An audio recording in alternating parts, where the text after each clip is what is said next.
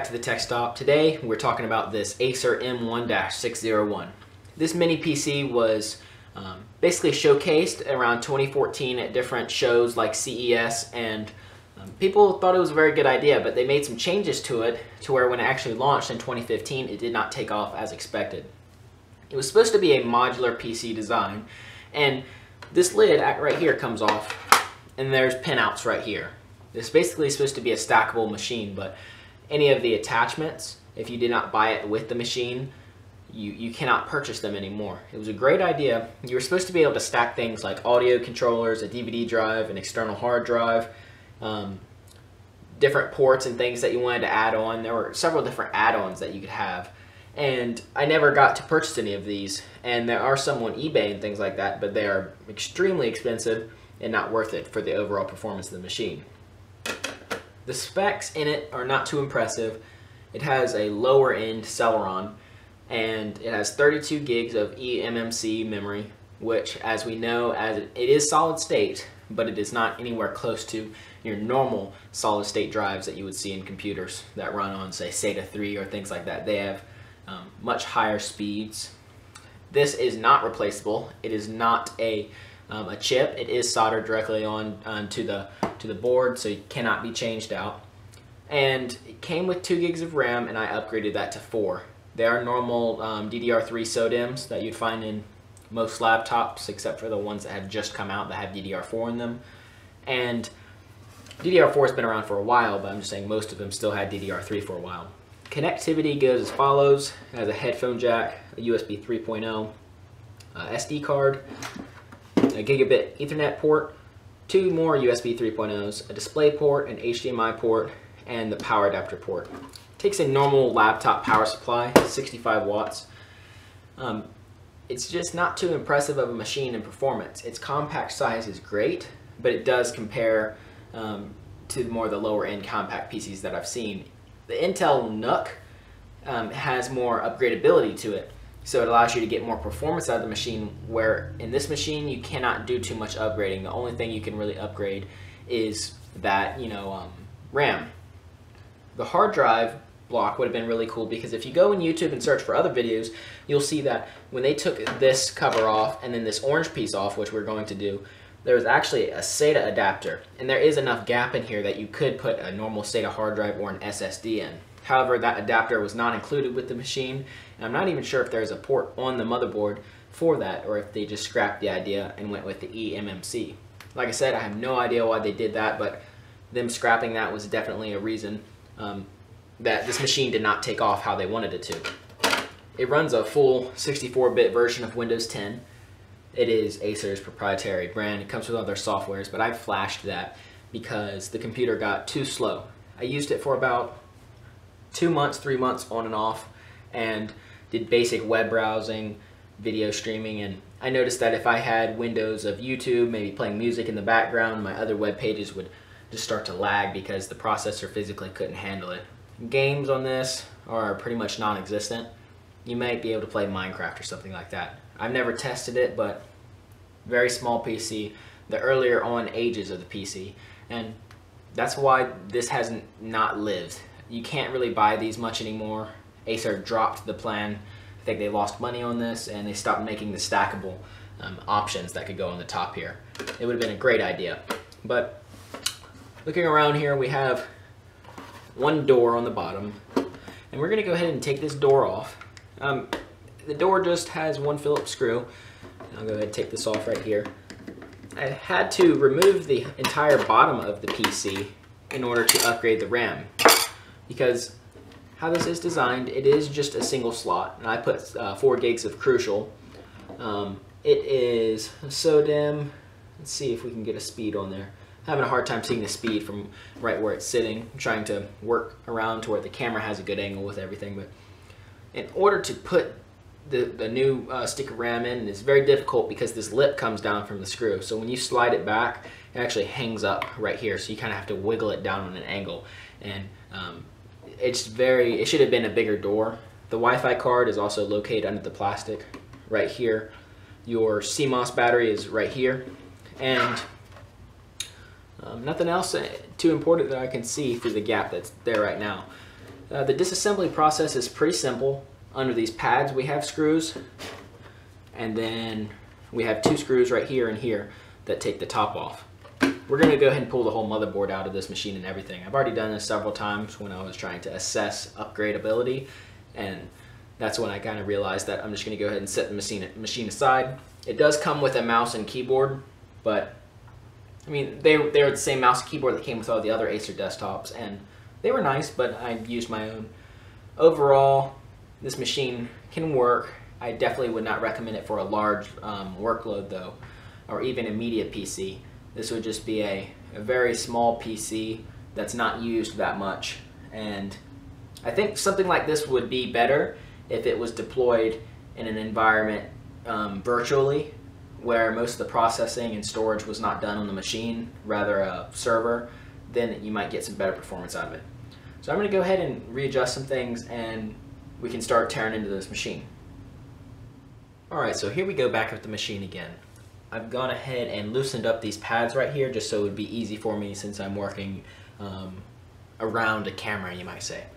If you are doing this disassembly process yourself and you were just wondering how it goes, it is quite simple and straightforward. Just make sure that when you're handling any component like this, especially when it's an exposed PCB like this, you want to be grounded. So make sure that you have something to ground you. In my case, I have a ESD strap. These are very rare instances where something happens from it, but you do want to be protected just in case. So I'm going to go ahead and take these pads off. Take them off, be gentle with them. They are made pretty well, so they won't rip on you, but just make sure that you place the sticky side up wherever you do set them, so that when you go to put them back down again, they'll stick again. If you need to use a little bit of super glue, you can do that. I've never had to, but I have some right here in case I do need to. There are some screws here, here, here, and here, and also on the side like I showed before. And these screws you're going to probably have to get with a small screwdriver. So I'm going to use my small Craftsman, and basically once these screws get done, come out real simple. This whole bottom portion of the computer lifts off. From the top section, all you see is a plastic tray. Once you remove the orange section, you can't really see anything else to the computer. To do any serious service to the computer, you have to take off this portion of the lid. We almost are done here. I'd like to do this in real time, give everyone a good view of what I'm doing. This screwdriver, by the way, was shown in my first video against the Klein. The Klein definitely has more options to it, but this is still good in some usages. For this part of it right now, I'm actually not going to use this Craftsman screwdriver because it is a little bulky, and I have many screwdrivers on standby, so I can just grab one that works best for me.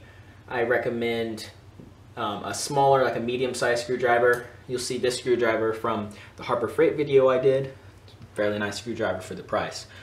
Okay, so now that you see the motherboard here, basically there are only a few screws holding the unit in. One here, one here, one here, one here, and one here. So 5 total. I want to get a better view so you can see up close exactly what's going on. So let me go ahead and move things around, and then we'll take this motherboard out. So at this point you should be able to see everything in the video very well. We're going to start with this metal bracket over here. So all I'm doing is taking out this screw. Nothing too big to see if I block it there. Alright, now once you've removed that screw, this metal clip right here pulls straight out. Then you have a few more screws, so let's go over here. See this one. Remember, try not to touch any components on the motherboard. I like to rest my hand on the plastic here. So you only have 5 screws. This screw that I'm taking care of right here, it holds this metal plate. So there might be an additional screw I could not see from the angle. This metal plate holds all the ports down, and there it is. There's the screw right here. I think I already pointed that one out. I recommend you take the lid off because the computer will slide around due to its light weight, and you don't want to scratch your lid up. So the metal plate is now off too. It'd be very hard to service some components on this motherboard. You'll see here that it does have a very small PCI expansion slot just for the Wi-Fi card. I forget the exact model name, trade name, I guess you'd call it, of this port.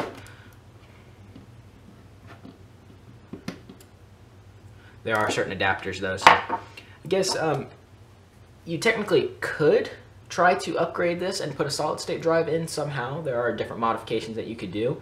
I don't know if the BIOS would recognize anything through that though, so try at your own will, I guess. But so if you lift here, we're still got a little bit of tightness down on the board, but one of the good things is that we don't have any main cables holding this down. This cable right here goes to that pin section that's in the other side, so we can remove it right now. You don't necessarily have to, and since the board is loose, I'm actually going to leave it in. So as long as you I grab that by the USB 3.0 ports over here, you can start lifting yourself up here. The Wi-Fi cables are getting in our way, so just remember the orientation that they're in and gently lift them up. It is a tight fit, but after those screws right there, the board comes out and you can go ahead and take this connector off for that top panel connector. Alright, so our motherboard is out. On the back side, you'll see the CPU fan and duct and everything, and a little expansion board here. Now in the other model, they show a connector coming up and also going in here. So maybe it is possible that you could get the adapter for this motherboard and get your own SATA hard drive installed in, but once this motherboard is out, it's just an empty shell. And you'll see it's very, very simple design. The temperatures, I did check all the temps when using this computer just because I was very curious to see how it worked, and they stayed, I mean, pretty fair. I did not see it ever once go over 60, even though it was at 100% load most of its usage. So I guess that's good. I'm glad that the RAM is upgradable, but you reach a bottleneck with that memory and with that eMMC storage. Looking at the motherboard, very simple, like I said. Not really much you can do here. It's just giving you an overview of what this computer was actually like, because I doubt that you will see it anytime in the future. Even if you service computers often, I've never seen one of these come to me. So I'm going to go ahead and show you what the top of the case looks like. Alright, so at this portion we're ready to go ahead and look into the top of the machine. I've gone ahead and taken these two little tabs and screws out. And once you take these two screws out, it's quite straightforward. You just slide it back and the lid comes straight up. Here's your little connector that goes through to the motherboard, and here are your two wires coming up to your Wi-Fi antenna, which is right there at the front of the machine. If you look here, this gap, I can go ahead and set this lid down. This gap could definitely hold a 2.5-inch drive, and I was looking to see, I do have one quite close, but I'm going to go ahead and grab that right now as I'm speaking. But if they would have given us a SATA port here, I think that would have definitely saved the build, but the cost would have gone up for sure. This machine costs somewhere around, I don't know, it cost somewhere around 150 bucks when I originally got it, and I think that if they would have, you know, added that in and maybe a SATA hard drive, it would have gone somewhere around 170, 180, because they get things for a lot cheaper. But here's a standard 2.5-inch drive, and it fits perfectly down in there. And if you see here, there are screw holes, and so there was probably a bracket special to this machine. This could have easily handled a hard drive, and there would have been no fuss about it. I might consider doing a modification to this computer just for this channel, if that is something that people would be interested in. And basically what that would involve is maybe coming out of this side piece right here, tapping a hole through there, and then coming around and using one of our spare USB ports and creating, using the 3.0 ports, which has a pretty high speed, and putting a solid state drive in there. It would not be as high speed as a SATA port, but it still would work quite well. So basically at this point, reassembly is probably what you're looking into. I doubt anybody would really need help or a video. Maybe they're just trying to get an idea of what disassembly would be like. This machine's so easy to disassemble, as you see in here.